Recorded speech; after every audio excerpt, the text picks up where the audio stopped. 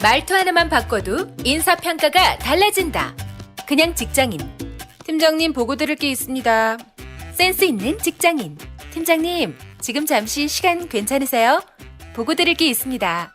볼수록 기분 좋은 사람으로 만들어주는 메이크업 말투 3단계 전략. 직장인 자기계발서 1위. 모든 관계는 말투에서 시작된다. 위즈덤 하우스 미디어 그룹. 다이어트를 위한 꿀팁! 동결건조 채소와 곡물, 단백질, 그리고 효소와 비타민, 미네랄로 만든 다이어트 전용 그린 스무디로 하루 한두 끼만 바꿔 드세요. 비타샵 그린 스무디 다이어트 1522-6648 1522-6648 혹은 비타샵을 검색해주세요. 엄마! 가글 했는데 입에서 뭐가 나왔어! 그거 올리덴탈 체크 가글이라 그런겨. 지금 쓰고 있는 가글 사용 후 확인해 보셨나요? 무색소, 무알콜, 무계면 활성제의 올리덴탈 체크 가글은 쉽게 나온 입안의 이물질을 눈으로 확인할 수 있습니다. 딴지마켓에서 판매 중입니다. 한글도 남보다 빨리 깨치고 참 똑똑했는데 갈수록 실력이 뒤처지는 것 같아 걱정이에요. 혹시 초등학교 교과서 본 적 있어요? 어려운 어휘가 너무 많아요. 학교에서는 어휘 개념을 하나하나 설명해 줄 시간이 정말 부족하잖아요. 그럼 어떡하죠? 내 아이의 어휘만큼은 내가 책임져야죠. 어휘 공부의 정성. 초등어휘 3천, 초등어휘 5천. 검색창에 초등어휘 3천을 쳐보세요.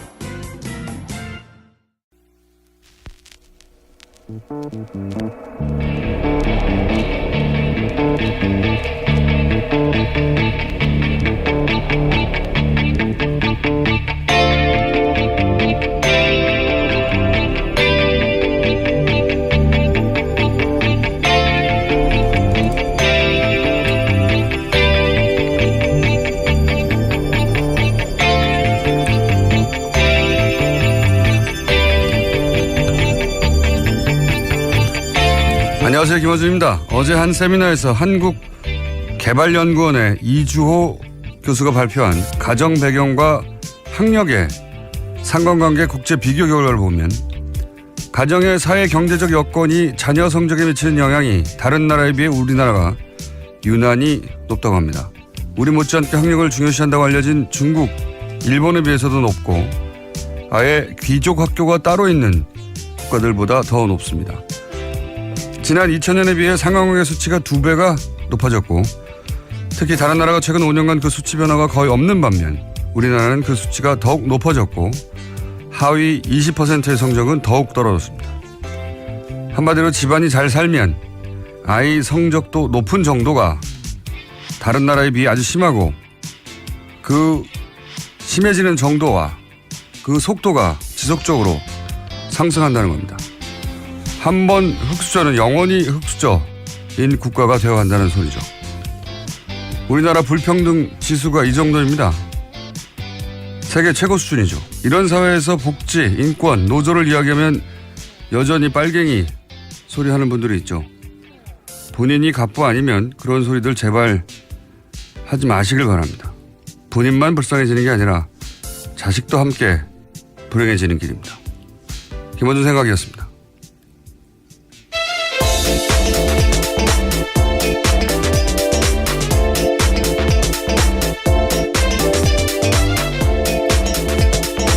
시사인의 김은지입니다.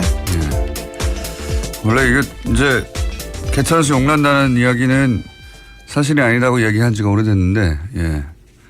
그런 이야기가 처음 나온 게 한 십몇 년 됐거든요. 그 이후로도 지속적으로 나빠지고, 지금 세계 최고 수준에 이르렀다. 이주호 교수님 저희가 한번 모셔봐야 되겠습니다. 그걸 수치화해서 다른 나라와 비교해서 발표를 했어요. 네, 교육을 통한 불평등 재생산이라고 하는 건 굉장히 중요한 문제예요. 네, 예전에는 교육을 통해서 사실은 그런 계층 사다리를 올라갈 수 있는 그런 길이었는데 교육이 그걸 오히려 강화시키고 있어요. 이제 교육조차 이런 나라가 됐습니다. 최근 10년 이상. 자, 첫 번째 뉴스는요. 네, 내일 이재용 삼성전자 부회장의 1심 선고가 있습니다. 어제 김진동 부장판사는 이 부회장의 선고를 TV 생중계하지 않겠다라고 밝혔습니다. 뿐만 아니라 법정 촬영도 허가하지 않았는데요. 재판부는 피고인 5명 모두 촬영이나 중계에 부동의한다는 내용의 의견서를 제출했다면서 헌법상 보장되는 무죄 추정의 원칙도 함께 고려했다라고 밝혔습니다. 그러니까 재판 중계로 실현될 수 있는 공공의 이익과 피고인들이 입게 될 회복하기 어려운 불이익과 손해 등을 비교해서 선고 재판 중계를 불허했다라는 겁니다. 이해가는 측면도 있긴 있어요. 지금 이제 대법원에서 그렇게 결정을 했지만 재판부가 알아서 판단하도록 했거든요. 예, 강제한 게 아니라 부담이 되겠죠. 그리고 뭐 피고가 다 부동의한 것도 부담이 되고 무죄 추정의 원칙이야 뭐 기본이니까. 예. 근데 이제 동의가 잘 안 되는 부분은 이 공익성이 부족하다, 없다고 하는 부분은 잘 동의가 안 되는 게 이게 이 결과는 그냥 생긴 게 아니고 천 몇백만이 이제 몇 개월 동안 거리로 나와서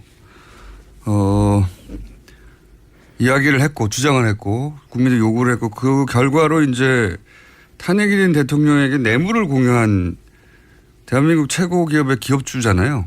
예.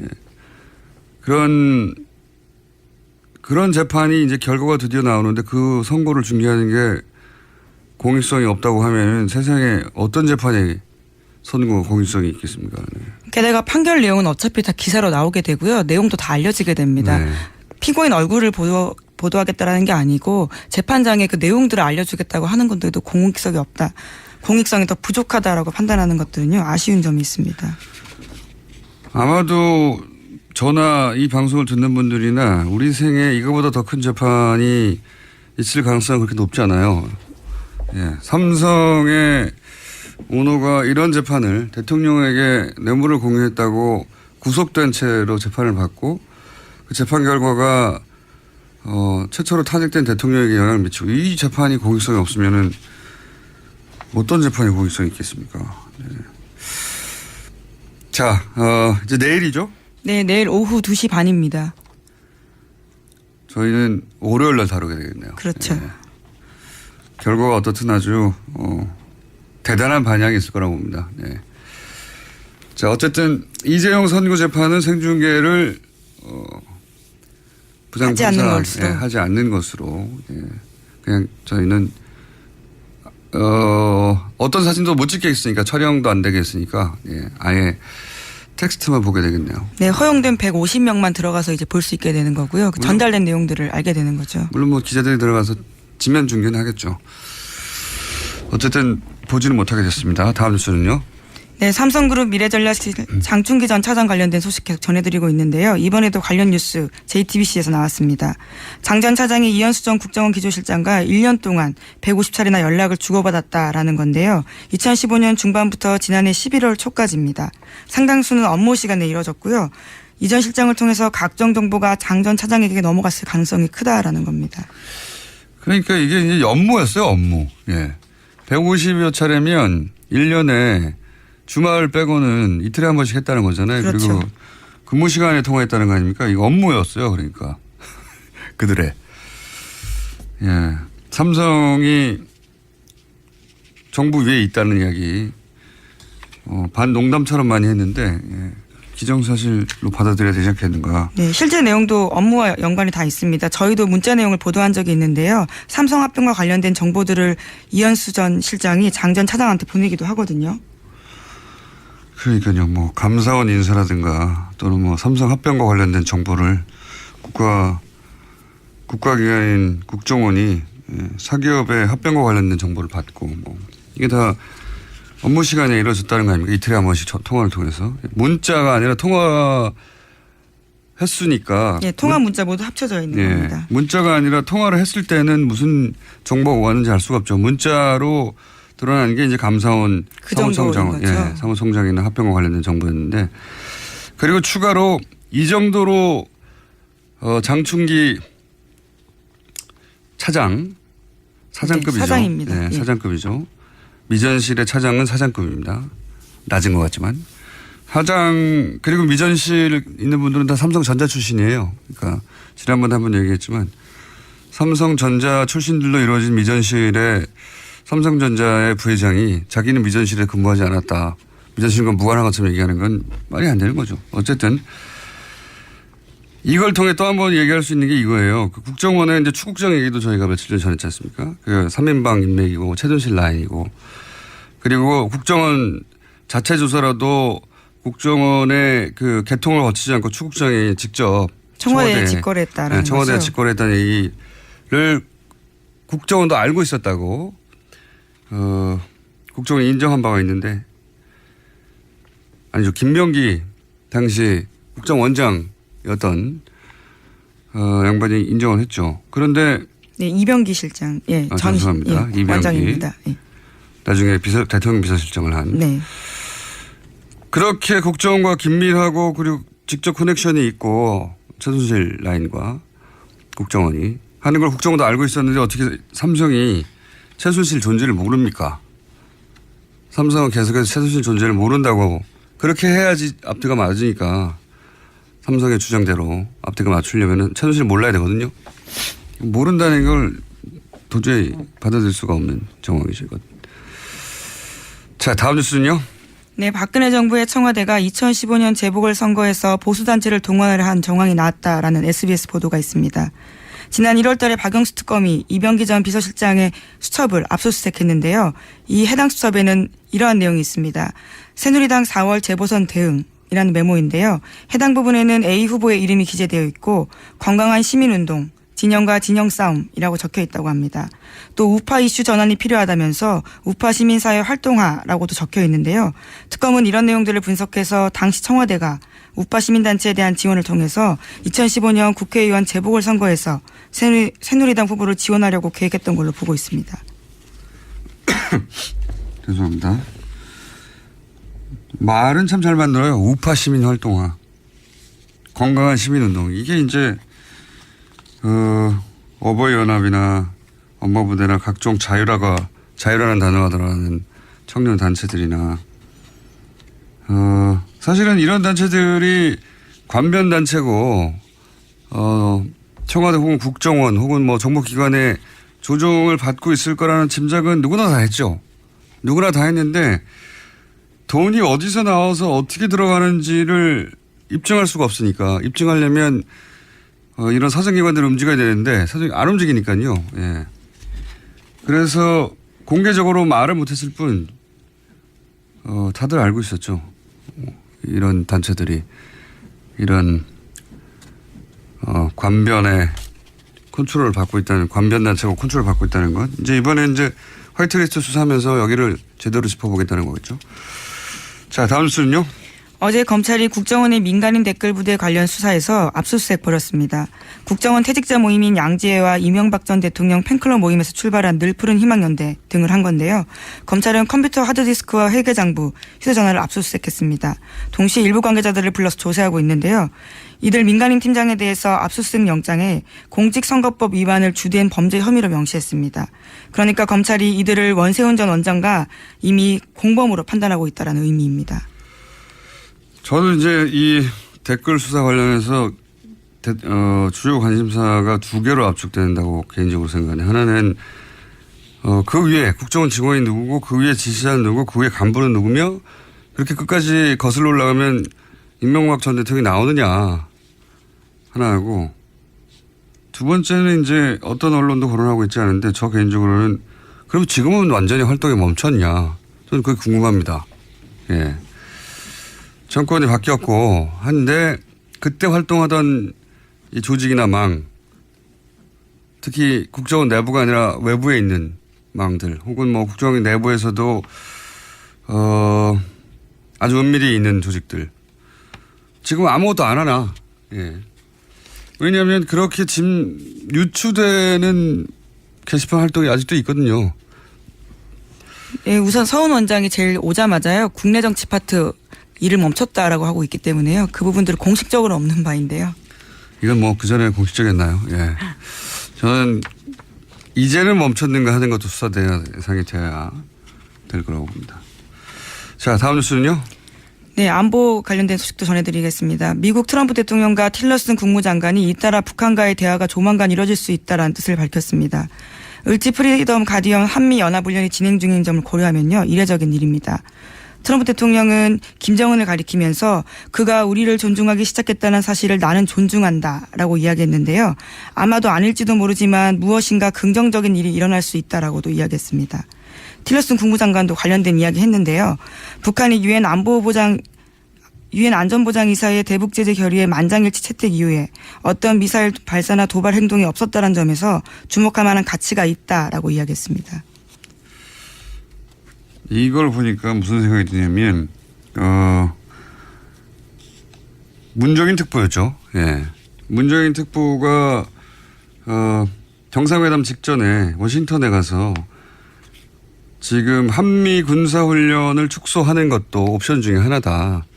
그런 얘기를 했다가 난리가 났어요, 그때. 그렇죠. 예. 북한이 도발만 중단한다면이라는 예. 전제를 걸면서요. 그런 이야기를 한 바 있습니다. 한미 군사훈련 축소가 그 옵션 중에 하나라는 얘기는 미국 내에서 오래전부터 나왔던 얘기거든요. 근데 이제 문재인 특보가 이 얘기를 하자 우리 보수 언론 혹은 보수 정당에서 난리가 났죠. 난리가 났는데 실제 이번 을지 프리덤 가디언 한미 연합 군사훈련이 축소됐어요. 축소된 채 한 3분의 1 줄어든 채 하고 있거든요. 그게 실제 이 문정인 특보가 말했던 게 이루어졌어요. 그런데 이건 제가 보기에는 북한하고 미국이 말 전쟁할 때 있었지 않습니까?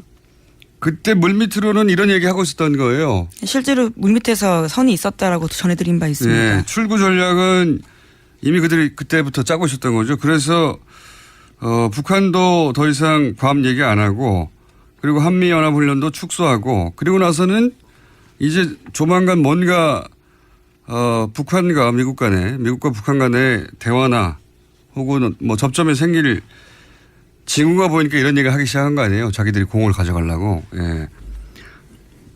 우리 언론들이 전쟁 난다고 난리 생중계 하듯이 할 때 실제로 그리고 문정인 특보가 한미 군사훈련 축소도 옵션 중에 하나라고 할 때 난리 쳤던데 지금 왜 난리 안 칩니까? 미국 대통령이 실제로 그렇게 축소해 버렸는데 그리고 나서 이 한미 군사훈련 하고 있는 와중에 지금 김정은을 존중한대잖아요. 난리 나야 되잖아요. 바보 같은 사람들. 정말. 그렇게 하면 큰일 날 것처럼 얘기하세요. 정작 이렇게 이루어졌지 않습니까? 실제로 이렇게 말하고. 정말. 그러니까 그때 전쟁 막 날 것처럼 지면에다가 난리치고 포털에다가 그런 기사를 싣고 하던 사람들에 대해서도, 예. 왜 그랬는지 물어봐야 된다고 봅니다. 다시 그러지 말라고 몇 번째 얘기하고 있지만. 네, 물론 상황 계속 지켜봐야 되겠지만요. 긴장고조 사태 발생하지 않으면 다음 달부터 협상 국면 본격화될 거라는 분석 지배적이긴 합니다. 그러니까요. 난리 치고 말전쟁 할 때 이미 이런 얘기들을 하고 있었어요. 그러니까 그거 끝나자마자 군사훈련을 축소시켰죠. 예. 한미연합훈련이 예년에 비해서 3분의 1 축소됐어요. 자, 다음 뉴스는요. 네, 문재인 대통령이 5.18 광주 민주화 운동 당시에 전투기 출격 대기설과 헬기 사격 사건에 대해서 특별조사 지시했습니다. 광주 금남로에 있는 전일빌딩을 향한 헬기 기총 사격이 있었다는 증언이 잇따랐고 건물에도 탄원이 발견됐습니다. 전일빌딩은 5.18 광주 민주화 운동 당시에 계엄군에 맞섰던 시민군 최후의 항전지입니다. 국방부는 특별조사단 구성해서요. 조속히 수사에 착수하겠다고 밝혔습니다. 최근에 밝혀진 건 이제 공군에서 폭탄 싣고 지금 출격하려고 했다는 거 아닙니까? 네, 그런 인터뷰가 공개가 됐죠. 참네. 지난번에도 한번 비유를 드렸지만 촛불 집회하는데 헬기가 막 와서 사격하고 지난번 광화문에서 탄핵 집회하는데 공군기가 와서 폭탄 떨어뜨리고 했다 봐요. 이게 말이나 되는 소리입니까? 자국 군인이 자국민을 상대로 해서 공군 폭격을 계획하고 있었다. 헬기로 총을 쏘고. 그런 계획을 하고 있었고 실제 그중에 절반을 시행을 한 거죠. 헬기 기총 사격은 실제 있었다고 그렇죠. 보여지니까. 이거 조사를 당연히 해야 되는데 이거 조사하라고 그랬더니 보수 정당에서는 을지훈련이 함참인데 5.18 조사를 지시한다는 게 납득이 안 간다고 하는데 말이 되는 소리예요? 무슨 상관입니까? 바른정당 논평입니다. 예. 무슨 상관이에요? 을지 훈련을 축소도 하는데요. 이런 이야기는 미국 대통령한테 하세요. 트럼프한테. 왜 축소했냐고. 그리고 왜 김정은 칭찬하냐고. 군사훈련을 한참 하고 있는데 아무 상관없는 지금 5.18 조사하라고 한 걸 갖다 거기다 갖다 붙입니까. 이건 조사해야죠. 이런 지시를 누가 했을까요? 네, 우선 전두환 전 대통령 같은 경우에는 학살도 발포 명령도 없었다라고 계속해서 주장하고 있습니다. 처음부터 뭐 북한 때문에 그런 일을 한다고 그랬었으니까요. 폭탄을 비행기 싣고 투하하려고 했다니까 정말 이 지시를 누가 내는지 꼭 찾아야 된다고 봅니다. 저는. 다음 뉴스는요? 네, 바른정당 김무성 의원과 자유한국당 정진석 의원이 토론 모임인 열린 토론 미래를 발족하기로 했습니다. 앞으로 자유한국당과 바른정당 간 연대 또는 통합의 가교 역할을 하는 게 아니냐라는 관측이 여의도에서 나오고 있는데요. 국민의당 소속 의원들한테도 발족 취지문과 함께 가입 의향서 보냈다라고 합니다. 새로운 정당을 구상하나요? 자유당의 일부, 바른당의 일부, 국민당의 일부 이렇게 해서 제3의 보수 이런 걸 구상하는 걸까요? 김무성 의원이. 예. 요즘 당내에서 이제 영향력이 많이 줄어서 시간이 많으실 테니까 예. 새로운 구상을 할 수도 있죠. 어쨌든 그런 모임이 있다고 합니다. 자, 뉴스 하나 정도 더 하고 끝낼 수 있을 것 같습니다. 예. 네, 유럽에서 이번에는 간염 바이러스 소세지 파문이 일고 있습니다. 더 타임스와 미러 등 영국 언론의 보도인데요. 21일 네덜란드와 독일산 돼지고기로 만든 소세지와 햄을 통해서 영국인들이 E형 간염 바이러스에 감염되고 있다라는 겁니다. 이게 살충제 달걀도 유럽에서 시작됐고 이제 유럽에서 시작돼서 이게 유럽의 10몇 개국인가 16개국인가요? 7개국으로 퍼져나갔거든요. 그렇게 살충제 달걀이라는 게 다른 나라에서 문제가 안 됐다고 하더라도 전 세계적인 현상이라고 볼 수 있는 겁니다. 이제 오히려 가장 이런 검사를 엄격히 하거나 예, 이런 물질에 민감한 국가들이 먼저 검사하고 먼저 차단했을 뿐인 것이지 유럽이 이 정도라면 뭐 다른 나라도 다 우리나라도 물론 이번에 걸렸고요. 그리고 거기서 그치지 않고 이제 어느 나라 마찬가지로 먹거리에 대해서 이런 게 문제가 한번 생기면 다른 음식들도 막 하거든요. 근데 소세지까지 갔다는 거죠. 간염. 근데 그 간염이 네덜란드 독일에서 수입된 네덜란드 유명한 낙농국가잖아요. 그렇죠. 예. 왠지 깨끗할 것 같은데 거기서 온 돼지고기에서 만든 소세지로 간염 바이러스가 나왔다는 건데. 그리고 그 간염 바이러스가 나온 대형 체인 슈퍼가 테스코예요. 테스코. 네, 유명한 테스코입니다. 유럽에서 제일 큰 슈퍼 매장도 테스코 건데 이 정도 규모 기업에서 아주 가장 잘 알려진 낙농국가에서 나온 고기로 만든 식품에 이런 일이 벌어졌으면 이거는 시스템에 근본적인 문제가 있는 겁니다. 예, 이건 뭐 잘 걸러내면 되겠지. 뭐 정부의 컨트롤도 중요하지만 지금 현대적 소비에 뭔가 문제가 있는 거예요. 그렇게 생각이 자꾸 들어요. 예. 그래서 윤리적 소비라는 걸 한번 알아보자고 제가 며칠째 얘기하고 있는데, 이게 도덕적 구호였거든요. 윤리적 소비는. 도덕적 구호. 그게 아니고, 예. 내 삶을 위해서 꼭 필요한 게 아닌가 싶어요. 이 육식에 대한 성찰까지 함께. 육식은 계속 해야 되지만. 윤리적으로 육식해야 되겠다는 생각을 하게 되고요. 예. 그래서 저도 잘 몰라서 저희가 전문가들을 모시고 조만간, 예. 윤리적 소비에 대해서 한번 알아볼까 합니다. 여기까지 하겠습니다. 시사인의 김은지였습니다. 감사합니다. 골반 잡자 바로 잡자 바디로직 허리 통증 바로 잡자 바디로직 2017년 쿨 썸머 바디로직 라이트 출시. 통기성이 좋아 땀 걱정 없이 한여름에도 쾌적하게. 입은 듯 안 입은 듯 가벼움의 신축성은 그대로. 자세가 좋아지는 골반 교정 타이즈 바디로직 검색창에 골반 교정 바디로직 라이트. 아무도 묻지도 따지지도 않고 가입하셨다고요? 보험은 너무 어려워요. 걱정 마십시오. 마이보험 체크가 도와드립니다. 1800-7917 마이보험 체크로 지금 전화주세요. 1800-7917 이미 가입한 보험이나 신규 보험도 가장 좋은 조건을 체크해서 찾아드립니다. 인터넷 한글 주소 마이보험.com 또는 카카오톡에서 아이디 검색 마이보험을 친구 추가하여 상담하실 수 있습니다. 모닝똥? 제겐 사치였죠. 내가 토끼인지 토끼똥이 나인지. 내가 변을 본 것인지 변을 당한 것인지 나는 바나나이고 싶다. 간혹 구렁이이고도 싶다. 미궁 대장사랑! 빅똥의 추억 미궁 대장사랑이 찾아드립니다. 혈중 콜레스테롤 개선과 배변 활동에 도움을 주는 건강기능식품입니다. 검색창에 미궁 대장사랑. 미궁 장사랑 이름 바꿨어요. 프로바이오틱스 12종 추가. 미궁 대장사랑.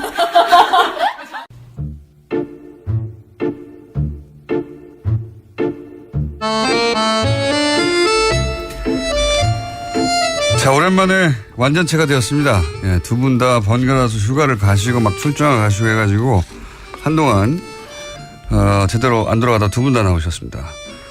더불어민주당의 안민석 의원 나오셨습니다. 네, 수도권 내리사선 안민석 의원입니다. 오랜만입니다. 수도권 내리사선 코멘트는 자유한국당의 김성태 의원님 나오셨습니다. 예, 김성태입니다. 예, 반갑습니다. 자, 오랜만에 두 분이 나오셨는데 각자 나오시니까 재미가 없더라고요.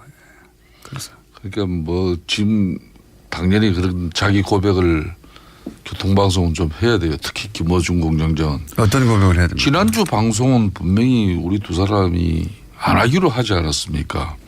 그래요. 안 의원님하고 저하고 이렇게 제작진이 같이 상의해서 결정한 건데 나 없는 사이에 또 무슨 작당하려고 그렇게 그냥 나만 빼놓고 방송. 그거 안 맞는 거예요.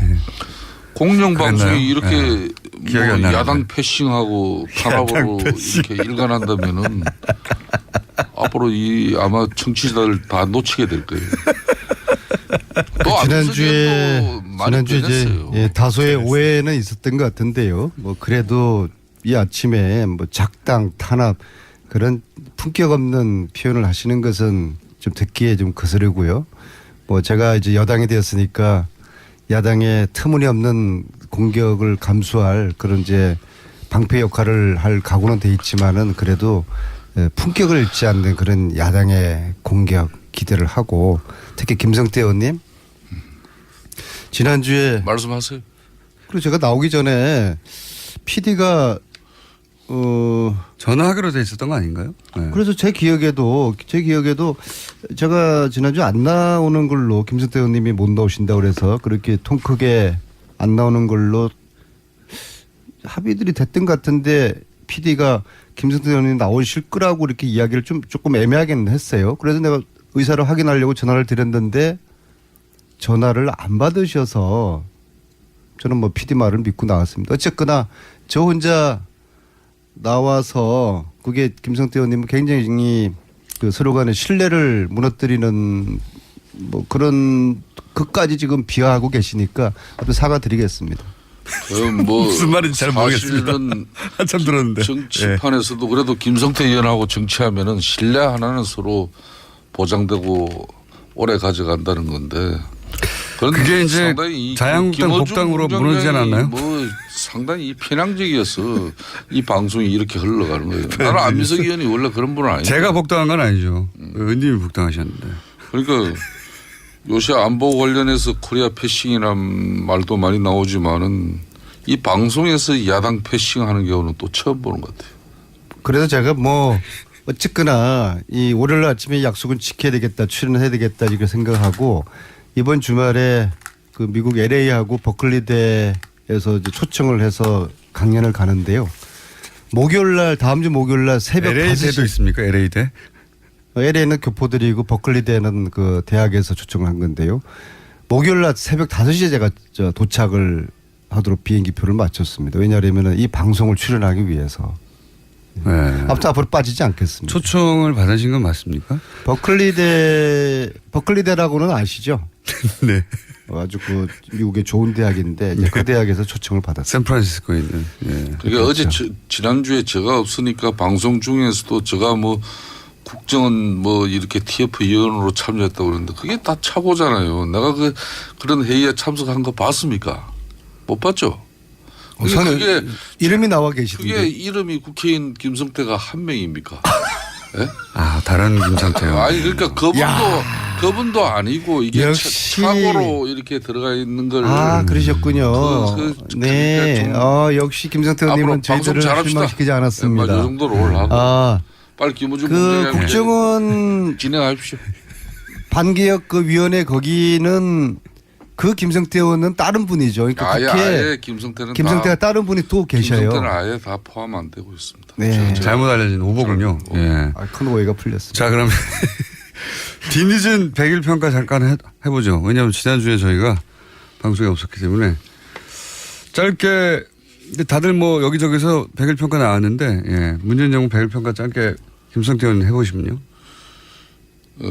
저는 참 권력이라는 것은 이 무한하고 특히 저항적 대통령제하에서는 정말 많은 권력을 휘둘릴 수 있는데 이 권력이라는 것은 잘못 쓰여지면 바로 독으로 돌아옵니다. 특히 대한민국 같이 이런 분단된 체제 하에 또 많은 산업화 민주화를 이렇게 거치면서 사회적 갈등이 늘 소재하고 있는 이런 국가에서 이 저항적 대통령의 지위는 상당히 중요한 것이죠. 뭐 그런 측면에서 국민들을 시원하게 해준 그런 대통령의 정치적 판단이 뭐 좋은 이렇게 정책으로 이어지는 경우도 있지만은 너무 섣부르고 너무 인기 영합적인 그런 지금 체제로 흘러가는 것은 이거는 심각한 문제다. 대통령의 말 한마디는 주워 담을 수도 없습니다. 장관이 뭐 어떤 약속을 하고 선심성 정책을 베풀어서 후에 재정적 설계를 하고 예산 문제를 챙겨보면 그게 아니다 그러면 주워 담을 수가 있지만은 대통령이 한마디 하면 주워 담지도 못해요. 그러니까 지난 100일 동안 대통령께서는 너무나 많은 선심 정책 펼친 것이고 두 번째는 사회적 갈등을 이제 이걸 치유하고 덮는 그런 역할을 대통령이 해야 되는데 어떻게 보면은 사회적 갈등이 양산되어지고 또 그로 인해서 사회가 분열 갈등 대립으로 이어질 수 있는 그런 국정 통치 운영 형태는 이거는 상당히 심각한 거죠. 특히 인사 문제에 있어서도 좀 국가를 안정적으로 운영할 수 있는 그런 중립적인 인사가 이 국민들이나 국가를 이렇게 안정스럽게 우리가 판단하고 생업에 종사할 수 있는 그런 국정이 있는데 요 근래 한 뭐 대법관 임명이라든지 여러 가지 경우만 보더라도 너무 정치 편향적으로 흘러가고 있지 않습니까? 네, 이런 말씀, 일들이 우려입니다. 네, 말씀 잘 들었는데요. 근데 한 가지 중요한 사실을 관가하고 계신 게요. 이 정부는 인수위원회 없이 출범을 했거든요. 그러니까 지난 100일은 실질적으로 앞으로 5년에 대한 인수위원회 준비 역할과 동시에 이제 집행이 된 이제 그러한 특성을 가지고 있습니다. 그런 거를 감안하면은 100일에 이제 큰 대가 없이 준비하는 그런 상황이었다는 말씀드리고요. 선심 정책은 건보 보장성 강화 이런 거 말씀하시는 거죠? 네. 뭐 그런 것뿐만 아니죠. 뭐 기초연금 뭐 이런 30만 원 인상 같은 경우도 제가 지금 이야기하고 있습니다. 아니 말씀하신 걸 먼저 정리하자면 선심 정책 사회적 갈등 양상은 뭔가요? 5.18 재조사 뭐 이런 건가요? 그런 것도 5.18 조사 같은 경우도 4번이나 했습니다. 네, 또 역대 DJ 정권 노무현 정권 거치면서 다 했어요. 그러니까 그런 부분도 이렇게 물론 5.18은 뭐 언제든지 우리가 진실을 밝혀내기 위해서는 여러 가지 수단과 또 어느 정권에서도 다 행할 수 있는 문제지만은 이걸 대통령께서 직접 나서 가지고 이 친 100일 만에 뭐 너무나 많은 일을 지금 하고 계시니까 국민들이 감당해내겠습니까? 건보 보장성 강화, 5.18 재조사 지시 그리고 뭐 인사 뭐 예를 들면 신격찬 처장 이런 인사 문제를 말씀하시는 것 같아요. 이제 답변해 주십시오. 안민석 의원님. 아무튼 뭐 지금 야당의 저런 주장은 저희들이 나름대로 귀 기울여 들을 내용이고요. 그냥 그냥 흘러듣지는 않겠습니다. 근데 그럼에도 불구하고 이제 막 정권이라는 점을 말씀드리고 싶고, 근데 특히 이제 100일 동안의 국민과 끊임없이 소통과 공감을 하려는 이제 그런 노력이 국민들에게 아주 그 절대적인 그런 그 동의를 이제 얻고 있고, 실질적으로는 지난 100일은 이제 준비와 몸풀기 단계였고, 저는 앞으로 이 정부가 촛불혁명을 토대로 탄생된 정권인 만큼 국민들이 원하는 새로운 대한민국 적폐 청산을 위해서 아주 담대한 개혁에 나서야 된다, 그렇게 생각을 하고, 그리고 그것이 국민들의 기대에 부응하는 문재인 정부가 될 것이다, 그렇게 보고 있습니다. 그러니까 좀 전에 안민석 의원께서도 적폐 청산 얘기를 했습니다마는 뭐 이 촛불에서 비롯된 그런 최순실 국정농단에서 비롯된 이런 뭐 여러 가지 국가 운영이 잘못되고 바로 잡아야 될 거, 이거 반드시 바로 잡아야 되죠. 그렇지만은 이 적폐 청산이라는 미명하에 과거 정부 과거 캐기에 몰두하고 또 자기들의 또 이념이 다른 모든 세력을 적폐로 규정해서 이걸 정치 보복하려는 그런 행태로 보이는 것은 이거는 국민 대통합, 사회 통합을 위해서로도 저는 맞지 않는 거죠. 이 방송 문제, 지금 방송을 하고 있으니까 이 공영 방송 문제도 마찬가지예요. 대통령까지 나서서 정부가 이 방송에 적극적으로 개입할 것처럼 말하고, 또 방통위원장은 법적 권한도 사실상 없으면서 사장 해임을 언급하고 있지 않습니까? 이런 것들을 맞지 않죠.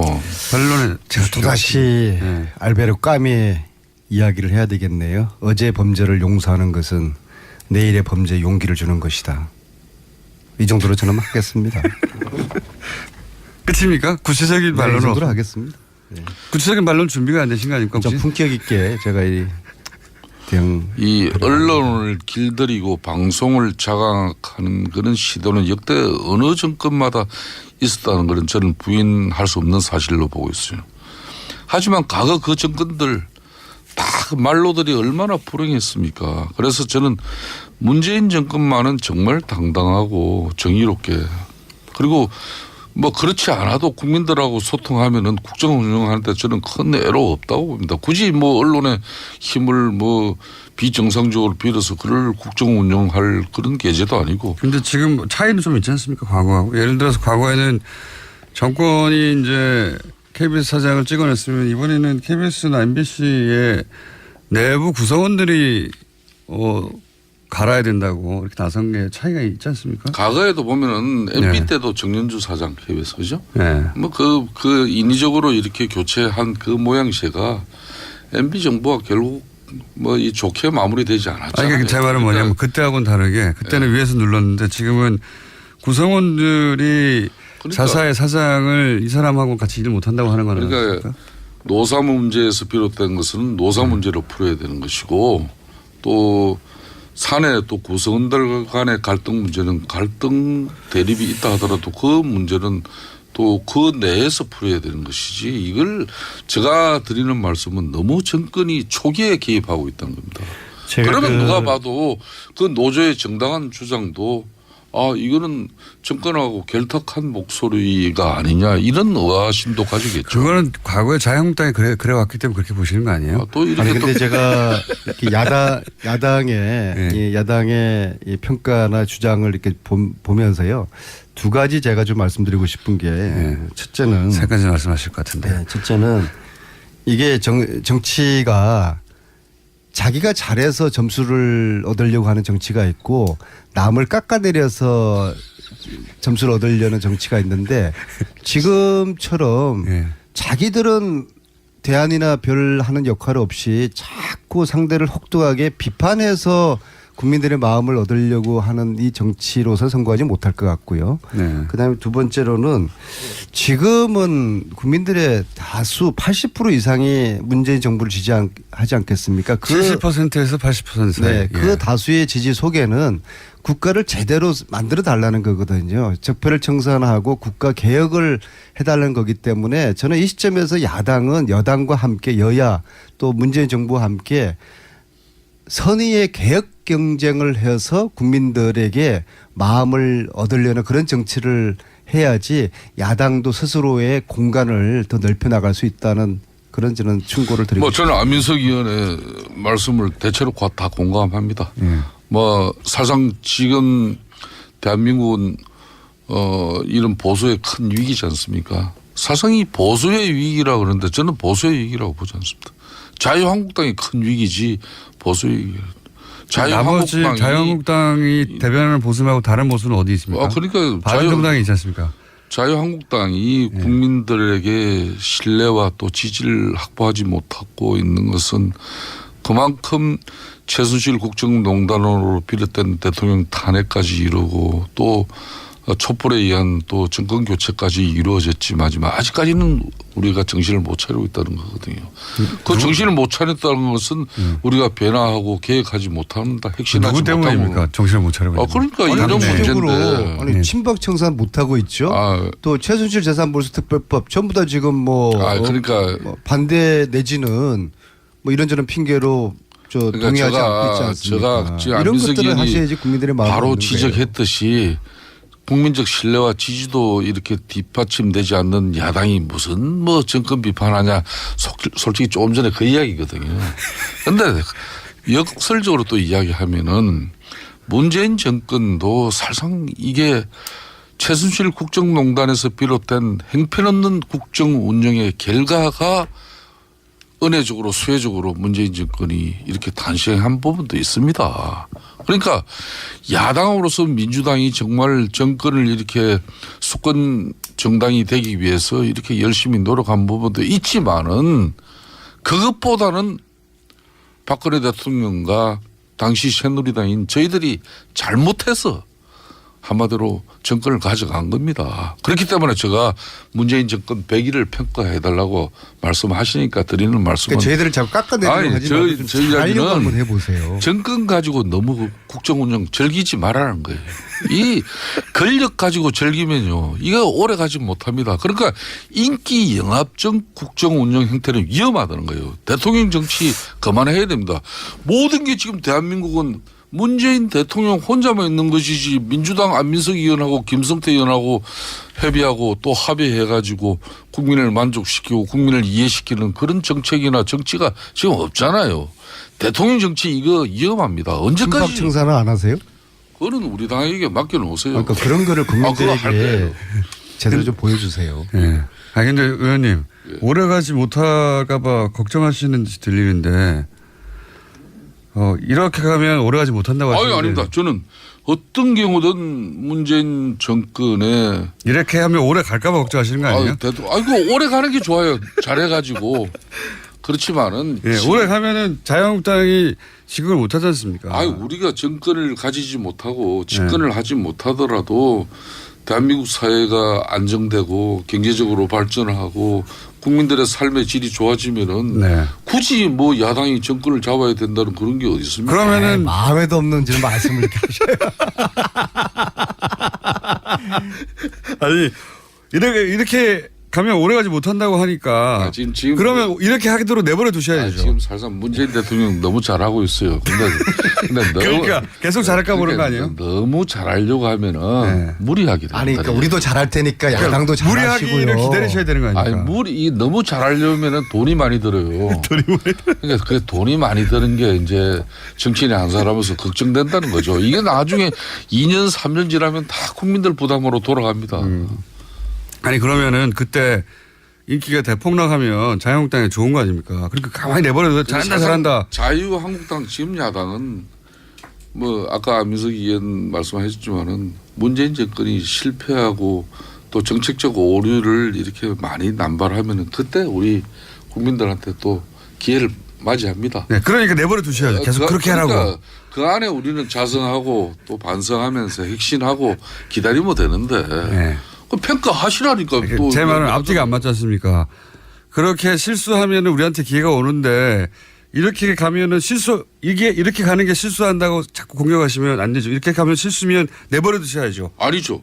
내버려 두셔야지 빨리 망하죠. 실수도 이렇게 국민들 혈세가 낭비되고 국가 재정이 파탄나는 쪽으로 이렇게 잘하려고 하면 그거는 야당이 이야기를 해야죠. 그럼 좋은 실수도 있습니까? 좋은 실수 있죠. 지난번처럼 저 합참 이순신 합참 의장 퇴임할 때 대통령께서 해외여행 한번 못했다니까 그 아들 뭐 딸이 캐나다에 있으니까요. 그 항공권 끌어준 거 얼마나 저는 그 감동이었어요. 그게 무슨 실수인가요? 그런 거는 큰 돈 들이지 않고도 국민들에게 감동을 줄 수 있는 부분이 있는데 예. 너무 요즘은. 근데 건보 보장성 강화 이런 거는. 아니 그것도 좋죠. 해야죠. 국가 재원이 안정적으로 뒷받침될 수 있는 그런 복지 정책으로 가야지. 근데 OECD의 평균에 한참 못 미치는데 아직도 그 정도 10% 80% 70% 정도 하자는 게 이게 제가 계속 얘기하니까 이거 안 될 것 같아요. 의원님. 아니 그러니까 그런 근보를 포함해서 서로가 정책적인 대안을 놓고서 찬반을 하고 그것을 국민들에게 그 평가받고 그렇게 국가적인 여론을 수렴해내는 그런 식으로 나라를 개혁시키는 그런 서로의 여야가 선의의 경쟁을 통해서 그러면은 뭐 저희들도 평가를 잘 받겠지만은 야당도 달라진 야당의 모습으로 국민들이 좋은 평가를 받는 것이거든요. 지금은 그러한 시점이지 물론 야당은 정부 정책을 또 비판을 하는 그런 고유의 본연의 역할을 해야 되겠지만은 그와 동시에 야당이 가지고 있는 정책 대안이라든지 자신들의 비전을 국민들에게 보여줌으로써 포인트를 얻어야 되는 거거든요. 근데 지금은 자신들의 비전이나 정책 이건 지금 너무 지금 소홀히 돼 있고 오로지 저희들을 문재인 정부를 깎아내리는 거에만 집중돼 있으니까 이것이 참으로 저는 좀 답답해요. 그래서 일정 부분 수용합니다. 네. 그러니까 저도 지금 하신 말씀을 좀 기교로 들을 테니까는요. 김성태 의원님이나 야당 측에서도 너무나 이 문재인 정부에 대한 그 깎아내리기 식의 그런 입장 가지고만은 이게 국민들에게 야당이 지지를 얻기 어려울 거예요. 그리고 야당이 지금도 자유한국당이 107석을 가지고 있지만은 지지도가 15%에 머물러 있지 않습니까? 이것이 과거 저희들 야당일 때 15% 정도까지 내려간 적이 단 한 번도 없어요. 아무리 힘들어도 20% 정도는 유지를 했거든요. 이거에 대한 야당이 성찰이 필요해요. 왜 15%대까지 떨어진 적이 없어요? 내가 그렇게 디테일한 내용을 가지고 말씀을 하시면은 제가 갖다 드리면 어떡하랍니까? 15%대 떨어진 적이 있습니다. 19%까지는 갔는데. 그러니까 옛말에 이 장고 끝에 악수 둔다는 말이 서로 있지 않습니까? 잘해보자는 그런 말씀 드리는 겁니다. 지금 대법원장 지금 김명수 후보가 저 같은 경우에도 10초 남았습니다. 예. 이 뭐 사법부 이렇게 정치성을 배제하겠다는 그런 대통령의 확고한 의지가 계신데 김성태 의원이었습니다. 감사합니다. 감사합니다.